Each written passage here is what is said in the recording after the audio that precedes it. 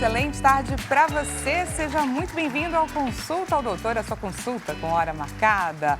Olha só, nosso objetivo hoje, gente, é descomplicar o direito, trazer informação de forma clara e objetiva. E estaremos, é claro, divididos por blocos desta vez. No primeiro bloco, a gente vai falar a respeito do direito imobiliário e no segundo bloco, direito médico com relação aos erros médicos. O que caracteriza, de fato, um erro médico? Como identificar? Para quem eu preciso recorrer? De que forma que eu consigo provar a minha situação, minha condição? Enfim, lembrou de alguém a quem a sua consulta com hora marcada é importante? Gente, compartilhe o nosso link de transmissão. Nós estamos ao vivo pelo site www.hittv.com.br. Clica lá e indica o nosso programa, é claro, para essa pessoa que precisa obter essa informação. Te convido a você fazer parte da sua consulta, foi marcada para você. Traz para a gente a sua dúvida, o seu relato pelo 0 Operadora 11 3337 5886. Te lembro que, como estamos divididos por blocos, é importante que você agilize aí o seu envio de mensagem para que não fique a sua pergunta sem a resposta. Combinado? Temos, é claro, a clássica enquete acontecendo neste exato momento na rede vizinha, no nosso Instagram, no @consulta ao doutor HitTV. Diretor, coloca pra gente a nossa enquete na tela. Vamos lá.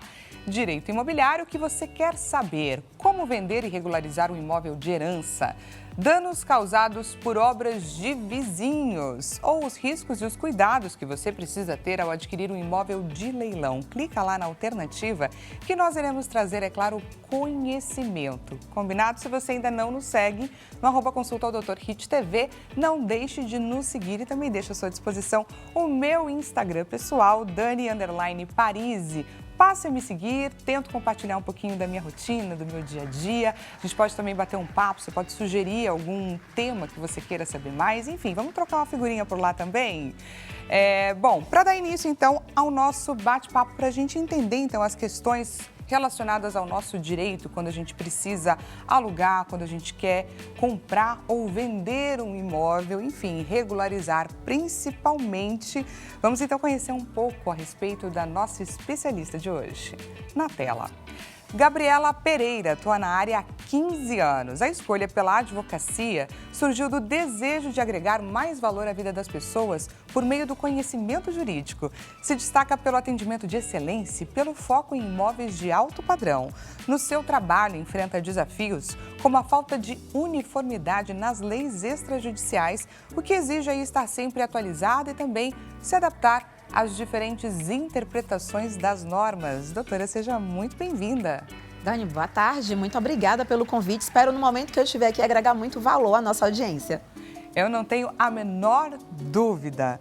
Doutora, eu queria entender um pouco a respeito dos imóveis irregulares, porque eu acho que esse é o ponto de partida para o nosso bate-papo, porque quem precisa alugar, vender, enfim, precisa saber o que é um imóvel que está regular e como também regularizar o seu imóvel, não é? Perfeito, Dani. Então, assim, o imóvel irregular, ele existe a partir do momento onde a realidade estrutural dele, por exemplo, em relação à construção, ou a realidade do que se refere aos proprietários, não está condizente com o que está previsto junto ao cartório de registro de imóveis. Então, por exemplo, existe a possibilidade de uma pessoa, ela ser dona de um terreno, ser proprietária de um terreno, mas ela fez uma construção e aquela informação não adentrou o cartório de registro de imóveis. Isso é imóvel irregular. Ou uma pessoa que tem um documento particular, no qual ela se diz proprietária do imóvel, mas na consulta perante o cartório de registro de imóveis, essa pessoa não existe. Também é um imóvel irregular. Então, toda vez que existe essa diferença entre a realidade e a disposição perante o cartório de registro de imóveis, nós vamos entender que o imóvel é irregular.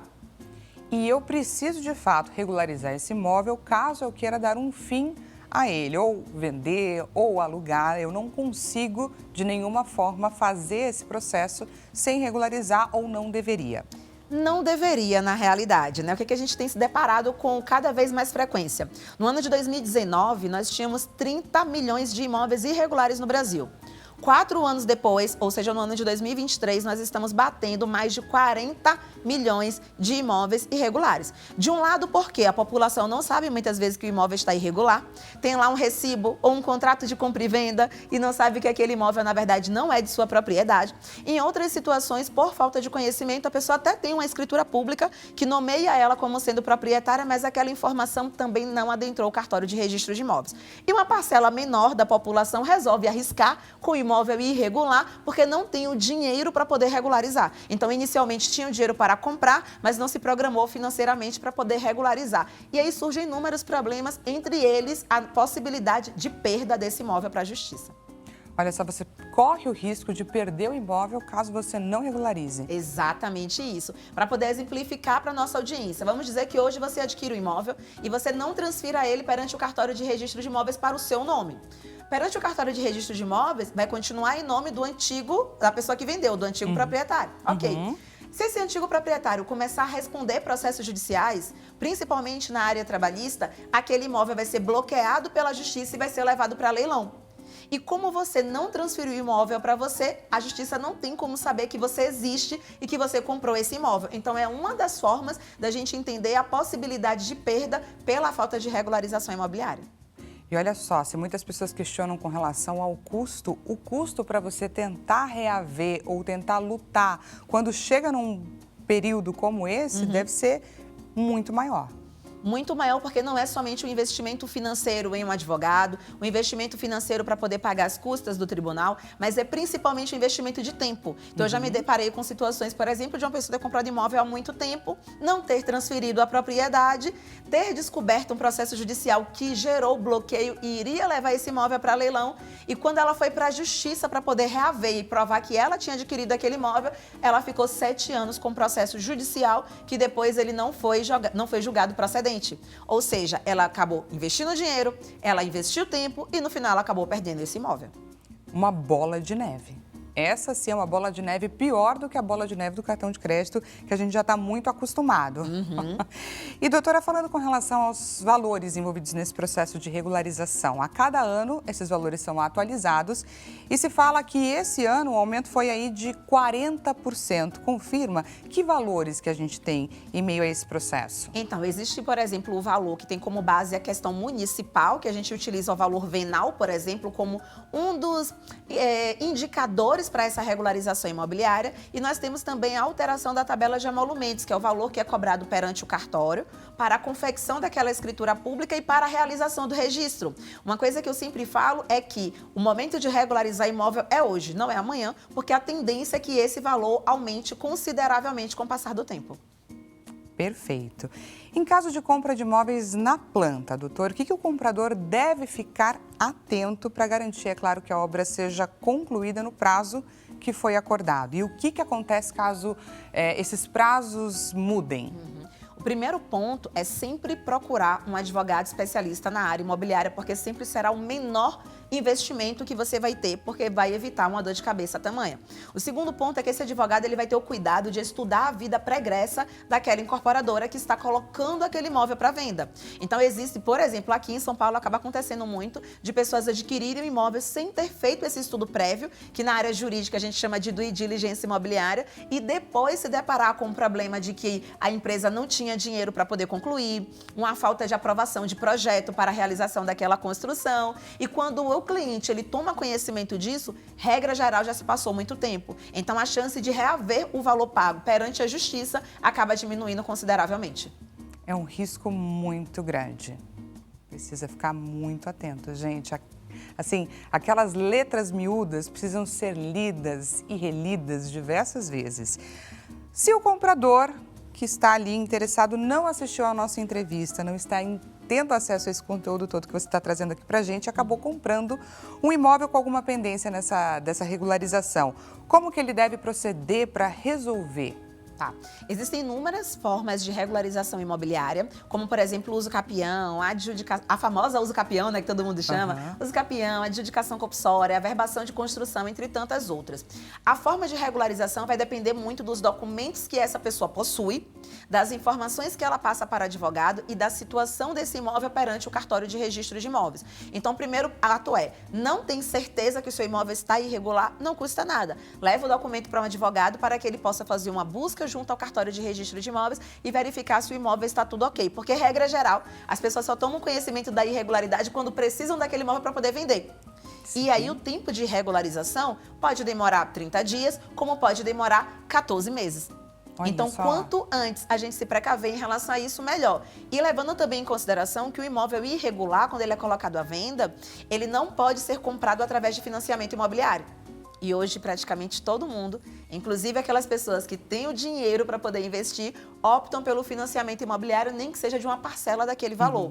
Quando você se depara com isso e você verifica que o imóvel está irregular e que não vai ser passível de ser vendido através de um financiamento imobiliário, há uma depreciação, ou seja, um prejuízo financeiro com base no valor de mercado, de acordo com a Noreg, entre 50% a 70%. Então, se você tem um imóvel hoje no valor de R$800 mil e esse imóvel não está totalmente regularizado e você vai colocar esse imóvel no mercado, a tendência é que ele chegue a valer ali em torno de R$400 mil. Olha que prejuízo, gente. Muito alto.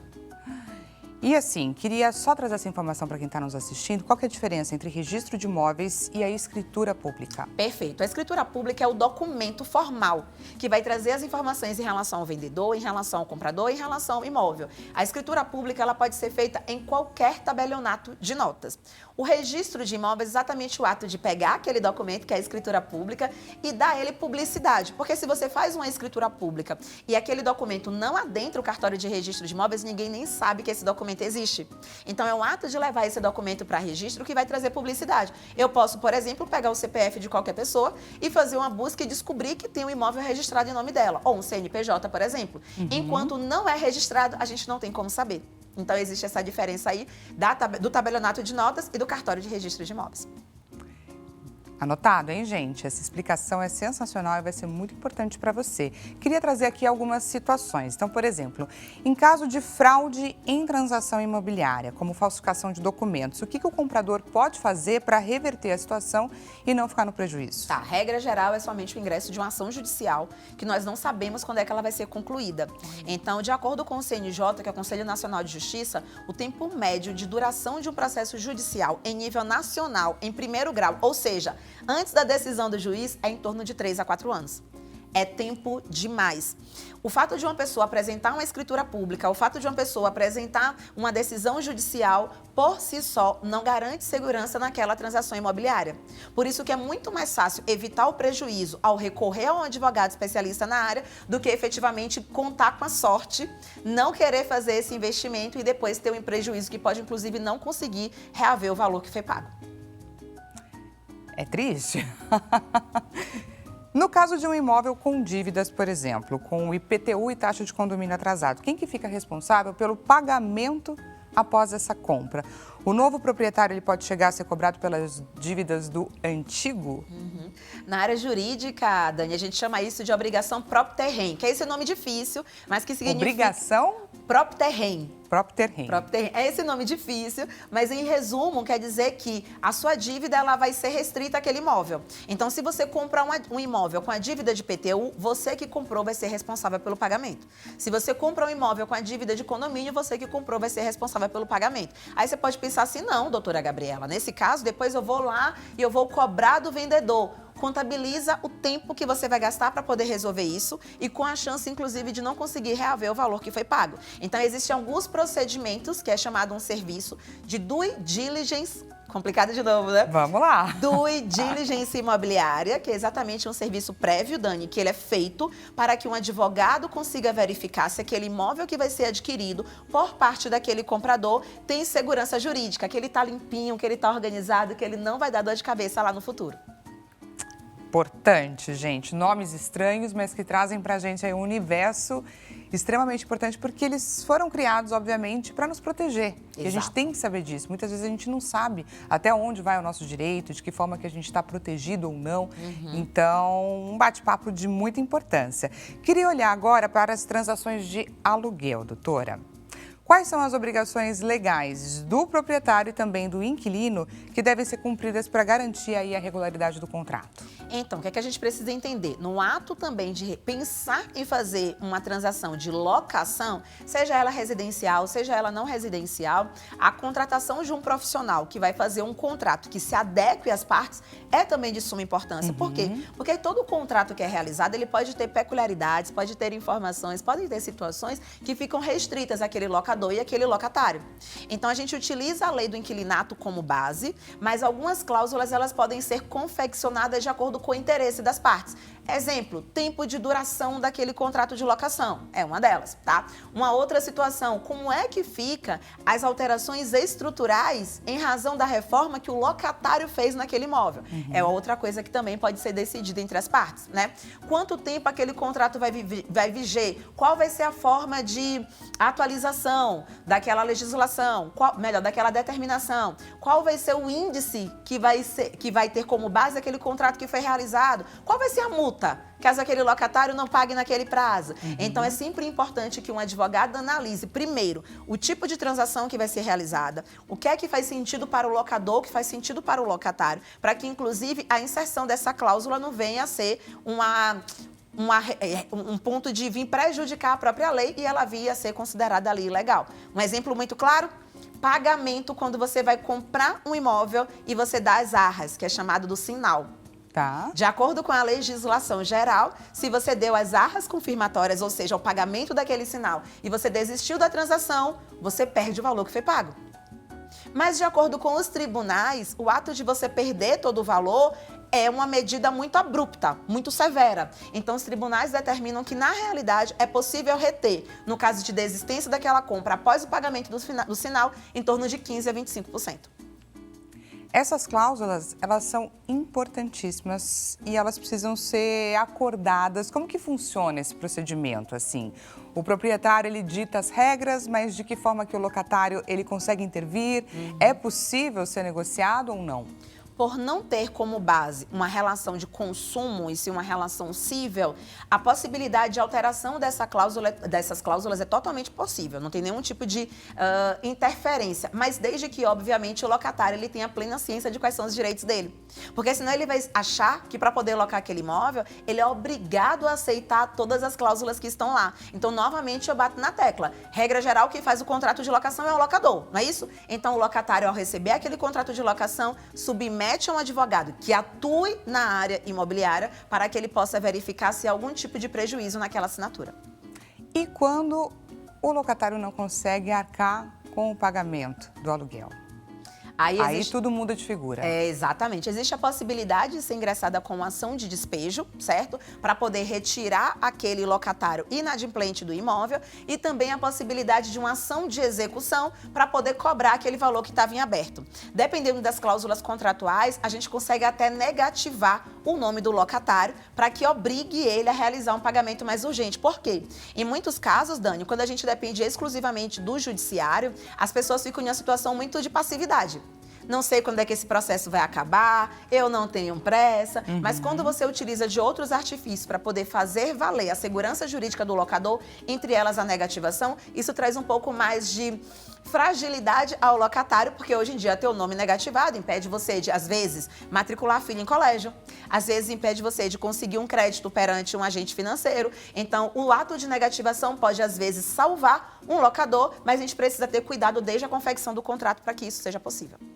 E essa ação de despejo, ela pode entrar em vigor a partir de quantos aluguéis, por exemplo, não pagos? Não há. Ou já é a partir do primeiro? Perfeito. Não há nenhuma previsão que determine quantos aluguéis tem que estar em aberto para que ocorra a ação de despejo. A gente sempre traz um pouco de bom senso. Então, assim, um mês de atraso é o suficiente para poder você ir até o judiciário, precisar pagar um advogado, pagar as custas judiciais? Na minha opinião, não. Então, a gente geralmente intervir, né, enquanto advogado, para tentar fazer uma composição em relação aquele valor, entender o porquê, porque existem casos que a pessoa realmente fica inadimplente porque ela quer, mas ela dá churrasco todo final de semana, ela viaja, ela troca de carro, existem esses casos, mas existem casos também que a pessoa perdeu uma parte da renda e que aquilo gerou um pouco de fragilidade naquele pagamento. Então é muito de entender, com base no bom senso, o momento de intervir e levar aquela situação para o judiciário.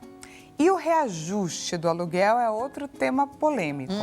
Exatamente. O contrato de locação, ele não pode ocorrer aumento do valor e alteração do valor durante aquele prazo que está ali previsto, mas é possível de ser atualizado. Então, você não pode, por exemplo, sair de um aluguel de R$5.000, porque agora o locador quer que você comece a pagar um aluguel de R$6.500. Mas, de acordo com a disposição contratual, aquele valor poderá ser atualizado com base no índice de atualização que está previsto no seu contrato. Perfeito. Temos perguntinha da nossa audiência. Pergunta da Ana, aqui de São Paulo. Ana, antes de mais nada, seja muito bem-vinda à sua consulta. Olha só a pergunta da Ana. Comprei um apartamento na planta com previsão de entrega para junho de 2024. Já estamos em março de 2025 e o imóvel ainda não foi entregue. A construtora alega problemas climáticos para justificar esse atraso. Quais são os meus direitos? Nesse caso, é importante também que o advogado tenha acesso ao seu contrato para poder verificar a real situação que está disposta lá. Mas existe a possibilidade de você rescindir esse contrato. De qualquer modo, é muito difícil resolver isso no âmbito extrajudicial. Então, certamente, você vai precisar se valer de um processo judicial para poder cobrar ali indenização por dano moral, se for o caso, indenização por dano material, se for o caso, e dependendo da situação, até a rescisão daquele contrato. Ana, muito obrigada, viu, pela sua dúvida. Enriqueceu bastante o nosso bate-papo, viu? Muitíssimo obrigada. E temos mais uma pergunta aqui de uma pessoa que não quis se identificar. Tem um único imóvel residencial onde moro com a minha família. Está sendo executado judicialmente por uma dívida de cartão de crédito e o banco solicitou a penhora do imóvel. Essa penhora é válida? O imóvel pode ser considerado bem de família? Então, nós temos sim uma previsão legal que determina que aquele imóvel que é utilizado pela família como sua residência ou que aquele imóvel gera frutos, financeiros para aquela família, mas que a família não reside, há a possibilidade de configuração do bem de família. Só que isso vai ter que ser discutido no âmbito judicial. Em outras situações, por exemplo, cobrança de taxa condominial, cobrança de IPTU, ações trabalhistas, a gente descaracteriza o bem de família e ele vai ser levado a leilão para a quitação daquele débito, sim. Mas em uma situação de débito de cartão de crédito é mais difícil. Perfeito. E a pergunta agora de mais uma pessoa que também não quis se identificar. Minha avó tem aluguel de imóvel, mas com contrato de boca a boca, nada oficial. Os inquilinos não aceitam nenhuma alteração no aluguel e alegam uso capião. Olha só, doutor, o que ela poderia fazer? Eu acho que a uso capião acaba sendo um terror de boa parte da população. Nossa, ainda mais as pessoas têm medo disso. Só que assim, primeiro, fique tranquila, tá? Não é assim que funciona o uso capião. O procedimento de uso capião é um procedimento extremamente complexo. A pessoa não pode alegar uso capião, ela precisaria ingressar com ação judicial, com o juiz reconhecendo que sim, é um caso de uso capião. Mas o fato de ela estar realizando pagamento daquela locação, a gente já afasta a uso capião, tá? E a uso capião também pode ser manejada junto aos cartórios, através do âmbito extrajudicial. Mas é tão complexo quanto o judicial e a gente precisa comprovar uma série gigantesca de requisitos. O que é que eu sugiro? Para que você tenha um pouco mais de segurança e consiga afastar a questão ali da configuração de um uso capião no futuro, procura um advogado para que ele envie uma notificação extrajudicial, salientando que a pessoa está há tanto tempo no imóvel, que aquele imóvel não há contrato de locação formal, ou seja, contrato escrito, que existe a necessidade de regularização o mais rápido possível, sob pena de esse contrato, por não ter mais tempo, ele ser rescindido a qualquer momento e a pessoa perder aquela moradia. Já é uma coisa que vai trazer um pouco de segurança para a falta e inexistência desse contrato de locação. Já vai começar a estabelecer melhor essa relação de locador e locatário. Vamos conferir, pessoal, o resultado da nossa enquete na tela? Vamos lá.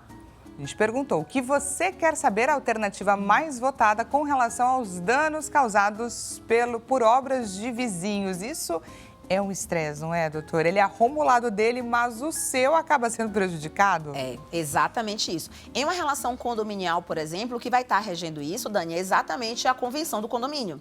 Então, a aplicação, por exemplo, de penalidades, certo?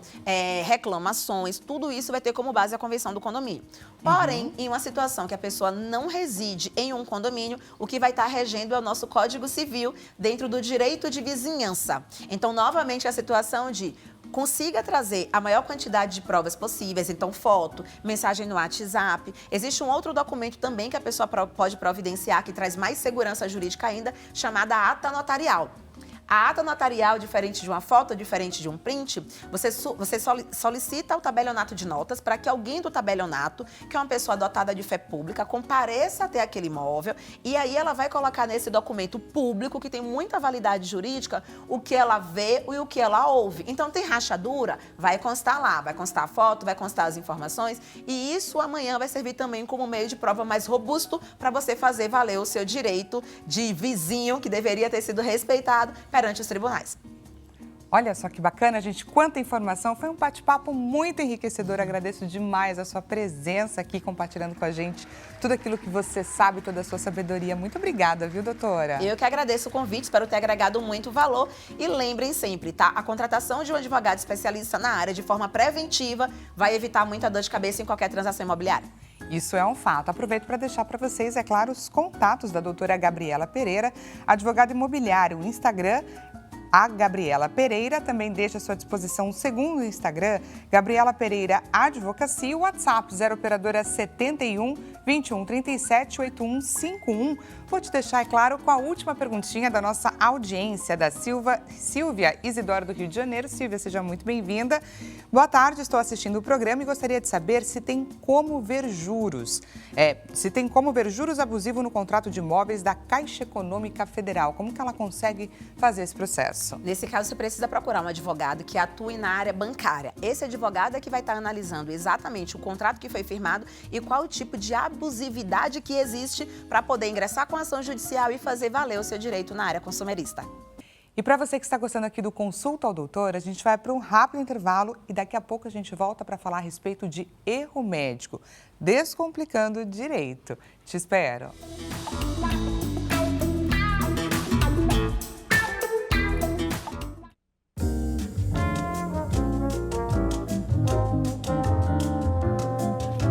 Olá, seja bem-vindo mais uma vez. Consulta ao Doutor está no ar, gente. E esse programa, nós estamos o quê?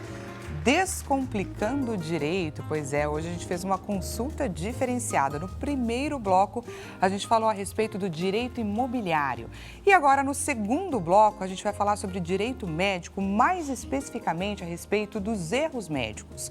E eu queria trazer um dado aqui para a gente iniciar o nosso bate-papo, porque aqui no Brasil, o número de processos por erro médico cresceu 158% nos últimos 4 anos, de 2020 a 2024. A gente vai entender um pouco o porquê desse aumento, a gente vai entender o que é de fato um erro médico e que a gente consegue fazer, qual que é o caminho, que quando a gente se sente lesado em algum procedimento, qual o caminho que a gente deve fazer, o que a gente precisa juntar como provas, enfim. Nosso bate-papo com certeza vai estar riquíssimo. E eu convido, é claro, você a lembrar dessa pessoa que você conhece, que precisa obter esse tipo de informação para encaminhar, é claro, o nosso link de transmissão, gente. Nós estamos ao vivo pelo site www.hittv.com.br. Te convido também a você fazer parte dessa consulta, foi marcada para você. Encaminhe a sua mensagem, a sua dúvida pelo 0 operadora 11 3337 5886.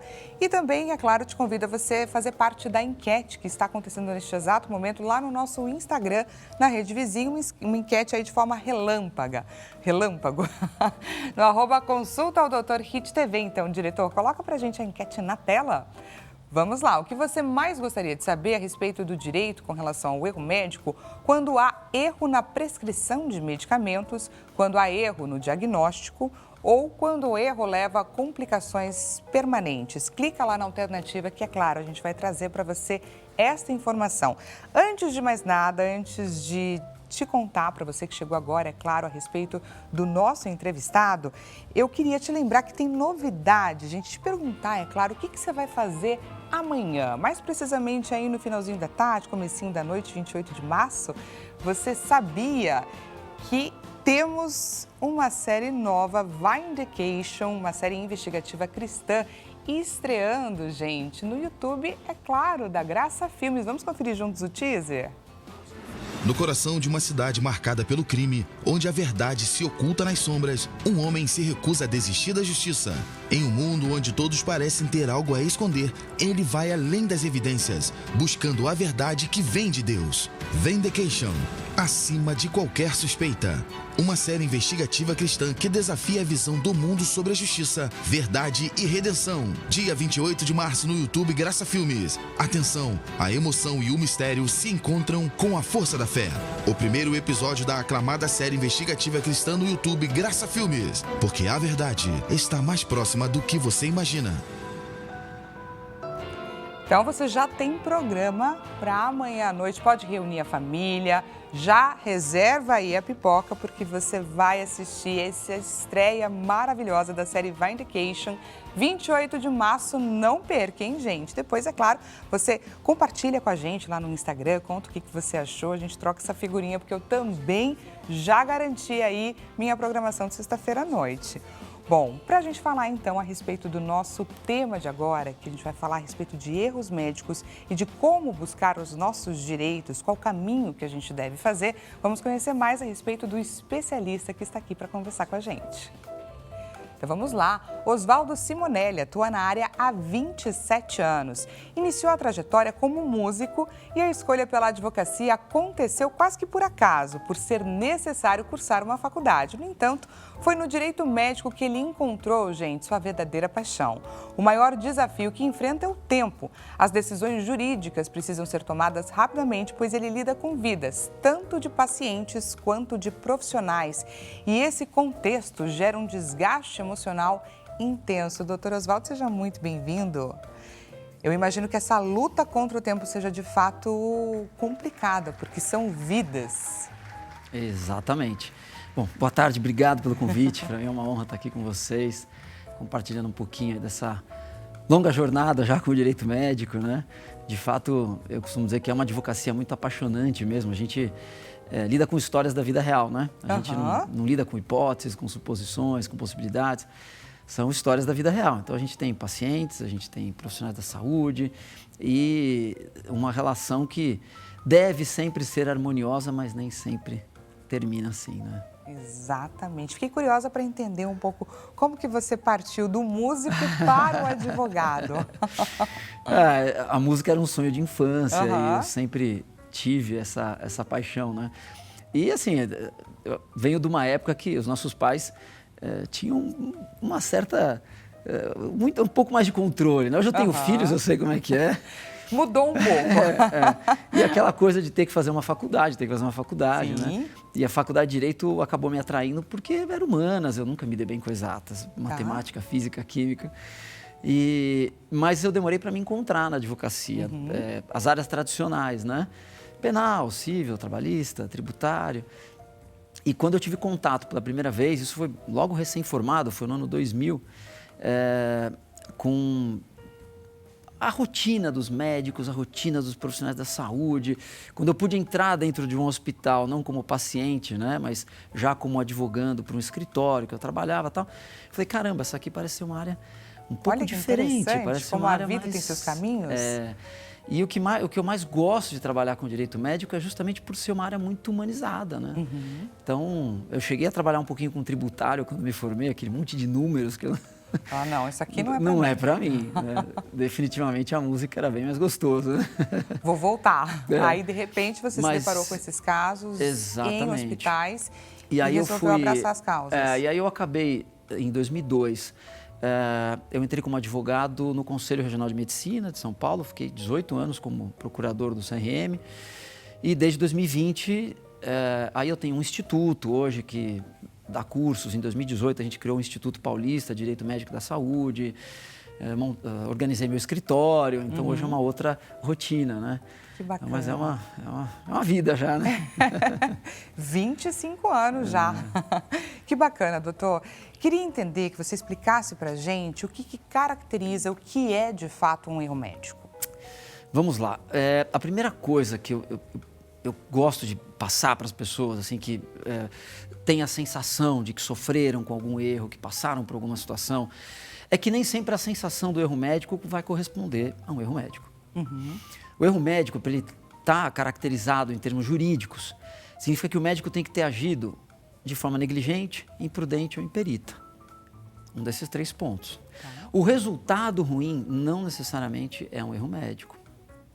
Então, o médico e o profissional da saúde em geral, ele lida com o corpo humano. O corpo humano, ele tem inúmeras variáveis, né? E nem todos têm os mesmos resultados. Então, é óbvio que a gente acaba sempre associando com questões estéticas por conta do resultado, mas uma cirurgia cardíaca, por exemplo, tem pacientes que sobrevivem, tem pacientes que não sobrevivem. E aí depende muito da condição do corpo daquele paciente quando foi fazer aquela cirurgia. E aí, pegando, por exemplo, a questão estética, tem paciente que tem uma maior, o corpo, né, tem, como é que eu posso dizer, ele tem uma propensão a ter queloides, né, que é aquela cicatrização grossa, tal. Sim. Aquilo não necessariamente é um erro do médico, mas é do próprio corpo. Então, o primeiro ponto que a gente avalia quando chega uma dúvida sobre erro médico é analisar o caso e ver se tem algum indício de que o médico agiu de forma negligente, ou seja, o negligente é o não fazer. Tá. É aquilo que a gente olha e fala, se ele tivesse sido diligente, já teria resolvido. Então, às vezes, ele deixa de pedir um exame que ele precisaria ter pedido. Ele não foi diligente o suficiente. Aí ele errou o diagnóstico. E aí gerou um prejuízo, um dano para o paciente. O imperito geralmente acontece quando ele vai atuar numa área que não é a dele.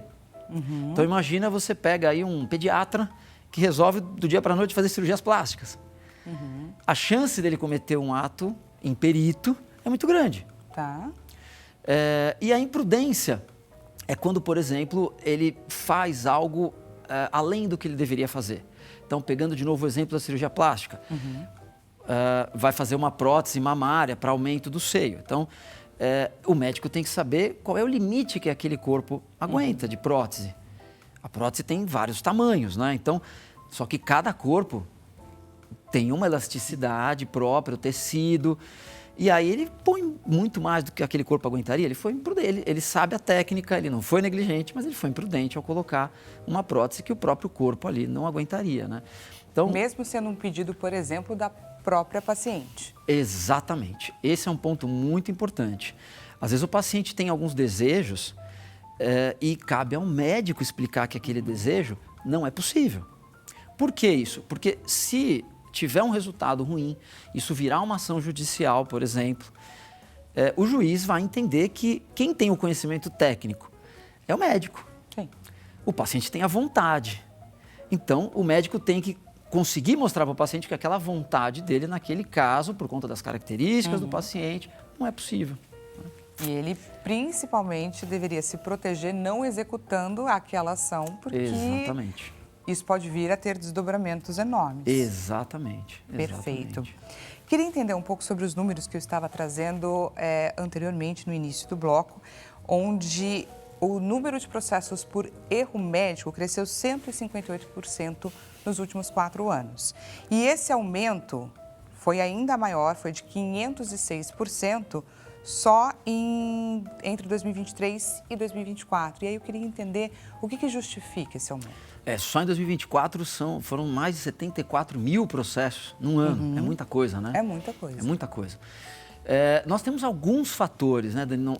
Não dá para a gente indicar um único fator. Há uns anos atrás houve uma mudança de nomenclatura. Tá. Então, quando o advogado vai ajuizar uma ação, né? Quando ele vai entrar com uma ação contra um médico, contra um hospital, ele não classifica mais erro médico. Ele classifica de uma forma genérica. É um evento adverso envolvendo a saúde como um todo. Mas esse fator para mim não é preponderante. O que a gente tem num contexto geral? Muitas faculdades de medicina. Então a gente tem muitos profissionais que estão se formando infelizmente não com a qualidade que deveriam estar se formando.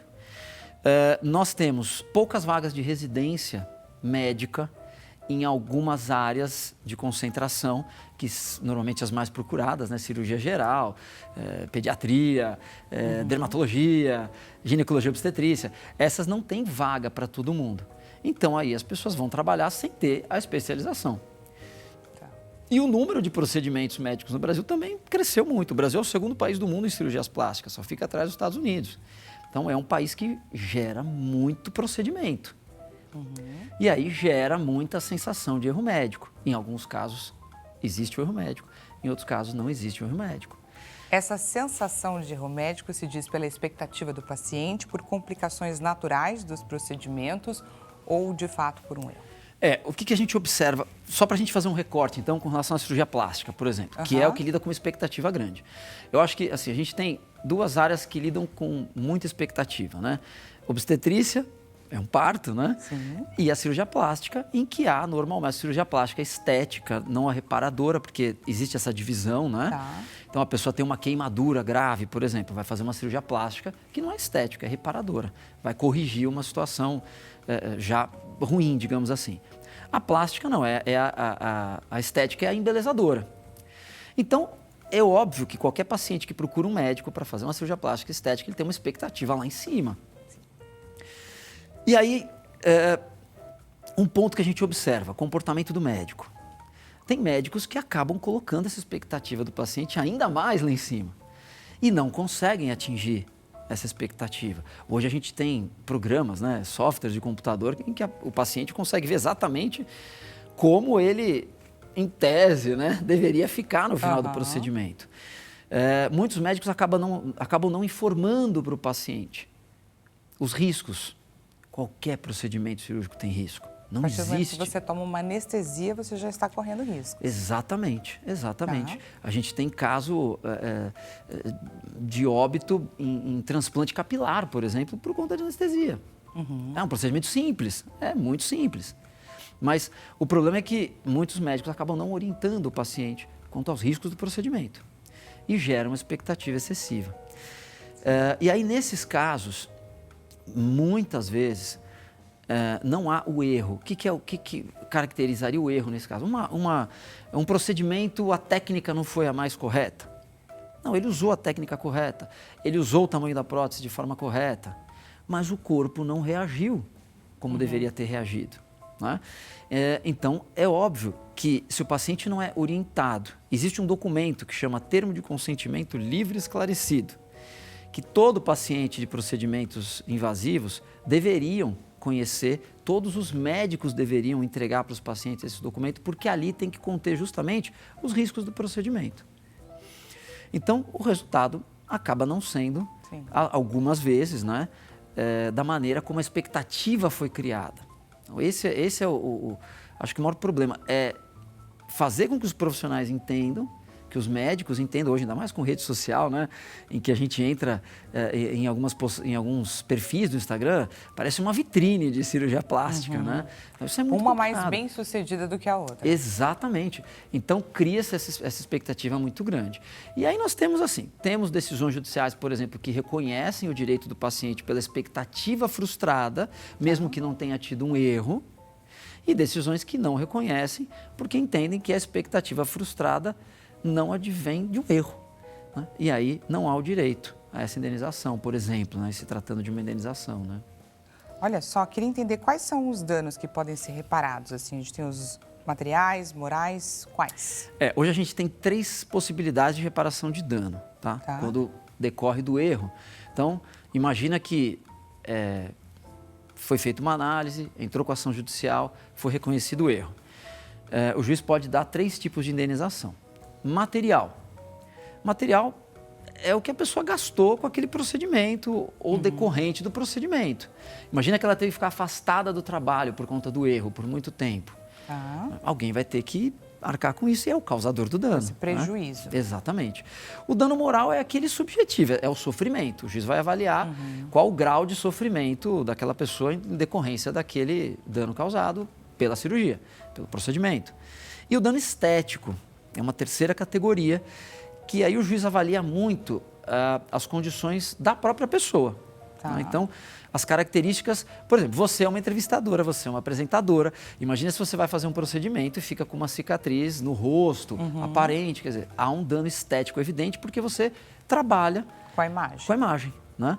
Então, o juiz avalia esse ponto também e ele pode dar uma terceira indenização. As 3 são cumuláveis, inclusive. No mesmo caso, pode ter as 3 indenizações. Entendi. A partir do momento que uma pessoa se considera, né, com um problema de erro médico e tudo mais, quanto tempo ela tem para recorrer? Ela tem Qual é o processo que ela deve fazer? Ela tem 5 anos para entrar com a ação. É o que a gente chama de 5 prazo de anos. prescrição. Tá. Agora, o ideal é que ela vá até a clínica, vá até o hospital, solicite por e-mail, entre em contato, peça cópia do seu prontuário. O documento essencial para qualquer análise de erro médico é o prontuário. Por isso que a gente sempre orienta também os médicos para que preencham o prontuário devidamente, para que tenha todo o histórico do procedimento ali. Então, com base no prontuário, é feita uma análise, a gente chama de análise de viabilidade, justamente para verificar se é viável ou não uma ação judicial com base num erro. Então, procurando um advogado especialista, ele vai olhar o prontuário, ele vai fazer toda uma linha do tempo para entender todo o procedimento que foi feito e vai fazer uma primeira análise se há ou não algum indício ali de erro.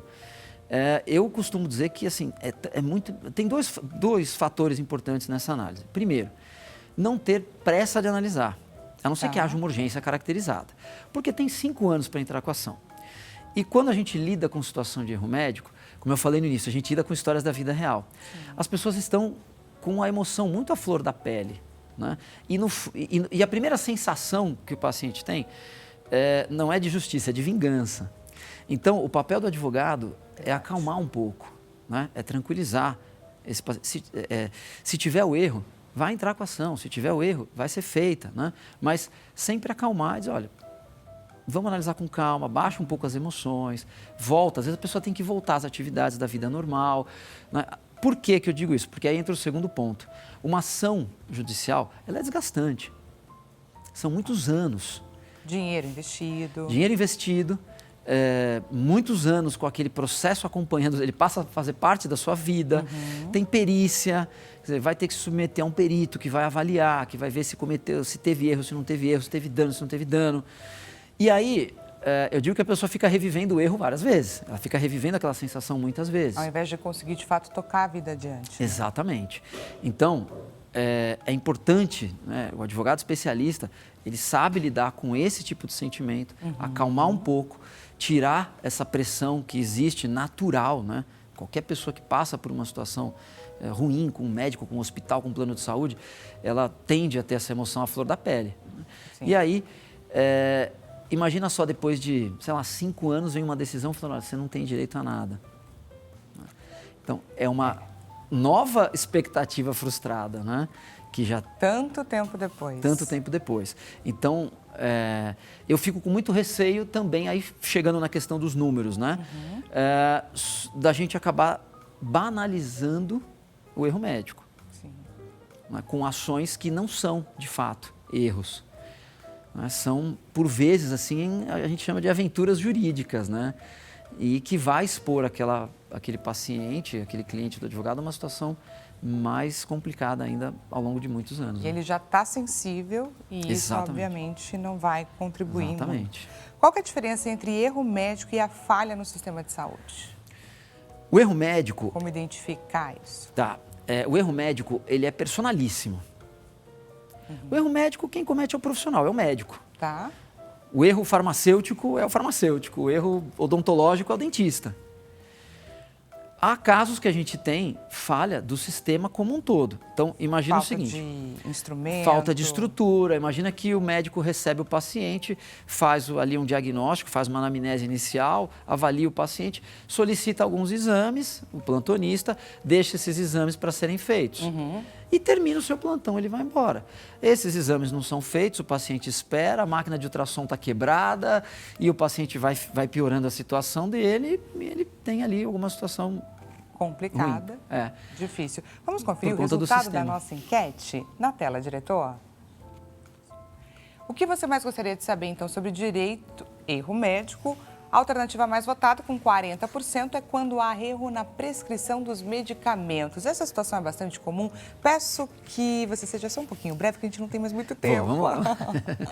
Olha, ela é mais ou menos comum. O que acaba tendo erro e é detectável de maneira mais constante é dosagem. Não é necessariamente o medicamento equivocado, mas a dosagem.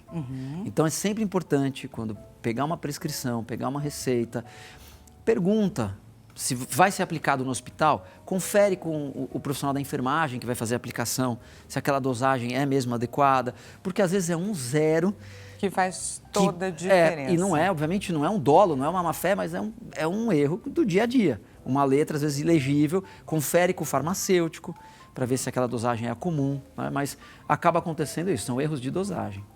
Muitíssimo obrigada, viu, doutor? Seja Imagina. muito bem-vindo sempre aqui no programa. Iremos marcar outras vezes, porque o tempo foi insuficiente.